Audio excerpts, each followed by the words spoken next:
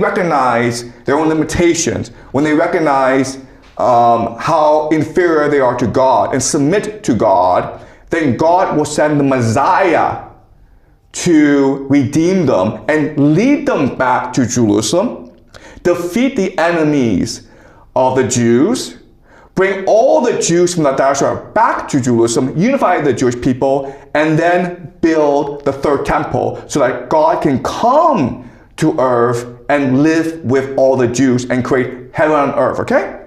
That is the Jewish religion that most Jews believe. Okay, like there are a lot of differences, okay? But I'm just trying to simplify it for clarity, okay? But then you have these extremes, fanatics, who have a different eschatology, okay? And these people, we're gonna say, are accelerationists. And their point is that this is fine, but it's way too slow. And it dissolves us of individual responsibility. If you have faith in God, then you should want to hurry things up and force the return of God as soon as possible. And you do that by recognizing that if you actually, before the Messiah comes, if you actually go and create the nations of Israel, bring all the Jews back, build the third temple, defeat all the enemies, then the Messiah will come naturally. Okay? And so, of course, most Jews hear this and they think that this is blasphemy, it's heresy. Because you are defying the will of God. You think you can manipulate God into action. That is wrong. That is the opposite of redemption. That is the worst possible sin you can make. Okay? And so, this eschatology is considered a fringe, an extreme, something to be ignored. The problem, though, is that if you think about it, what an eschatology really is doing is creating a vector to force the religion to move in a certain direction. Okay? And also, if you think about it, if this is the case where eschatology is a vector that forces the mainstream to move in a certain direction, then whichever eschatology is the most extreme, the most violent, will be the one that wins out. Okay? Okay, does that make sense? In other words, what we're going to do today is look at the most extreme versions of different eschatologies. Because, quite honestly, even though these extreme versions are shared by only a few people, they're the ones who are working the hardest to achieve their eschatology, and therefore they're forcing the religion they are in to move a certain way. Okay? All right. So you hear this and you think this is all confusing, but what I'm going to do now is I'm going to share with you a passage from a biography of Rabbi Schneersohn. Remember, we had a look at Rabbi Schneerson talking to Netanyahu and saying, hurry up, let's hurry up the return of the Messiah, okay? He is in charge of Chabad-Lubavitch, which again is an extreme eschatology. But again, because they are so extreme, they're willing to work as hard as possible to achieve their vision, and therefore they are forcing the Jewish mainstream in a certain direction. Okay?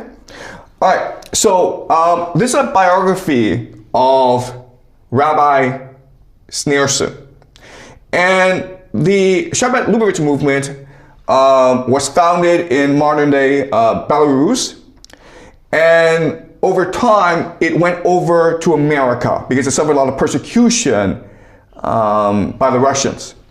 And today, they are a global movement. And they are powerful in Russia, in America, and in Israel. Okay? So we will discuss the Chabad-Lubavitch as we move along. But I want to, with this passage, show you how coordination among eschatologists work, okay? All right? So the year is 1939. And the Nazis, Nazi Germany, again, who are anti-Semitic, they hate Jews, they want all Jews out of Europe, they are overrunning Europe. And by 1939, they have conquered Poland, Warsaw. Okay? Now, Poland, Warsaw is where the head rabbi, the Rebbe, of the Chabad-Lubavitch movement is. And his name is Yosef Yitzchak, okay? And he's the father-in-law of Rabbi Schneerson.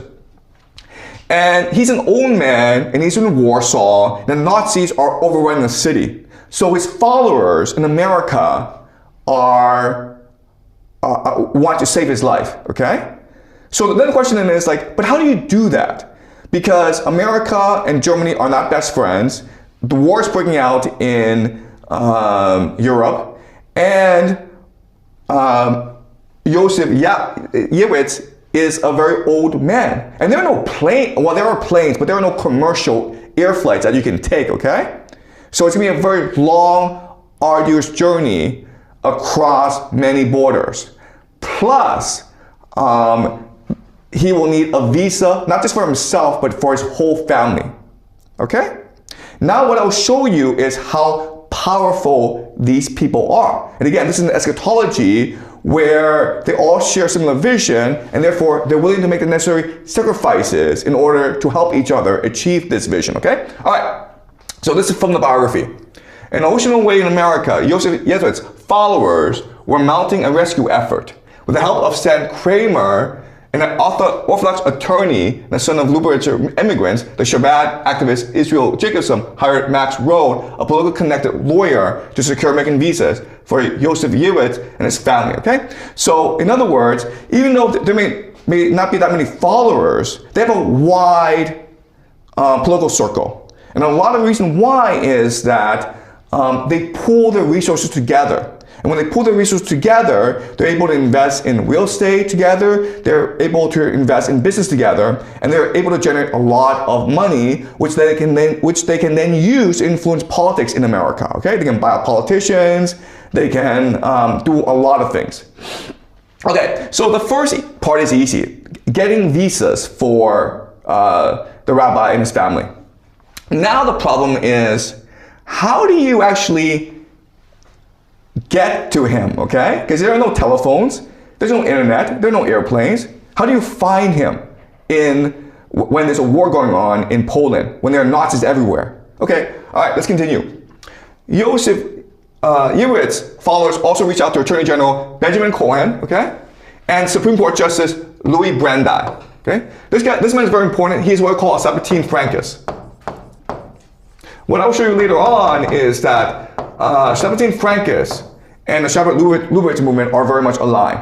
Okay, so even though they're not part of the same movement, they are sympathetic towards each other. And he's the most powerful Jew in America at this time, okay, in the 1930s, 40s, whom Yosef Yitzchak had met during his fundraising trip of 1929. The Lubavitch efforts in America were successful, all right? So they won over the Americans. They won over the entire American political apparatus, and they are dedicated to helping the rabbi escape Europe and come to America. All right? Now the second part is, how do you deal with the Nazis? Okay, the Lubavitch's efforts in America were successful. On October 2nd, Cohen wrote to Robert Pell, a senior official in the State Department, asking for help. The next day, Pell contacted Helmuth Wadhat, a German and a member of the Nazi Party, a Nazi, who specialized in national industry and economics, to see if he would be willing to save one of the leading Jewish scholars in the world. Okay? This is a guy, American, writing to a Nazi and saying, hey man, I know you're a Nazi, but we need your help to save a Jew. And the guy says, yes. Okay?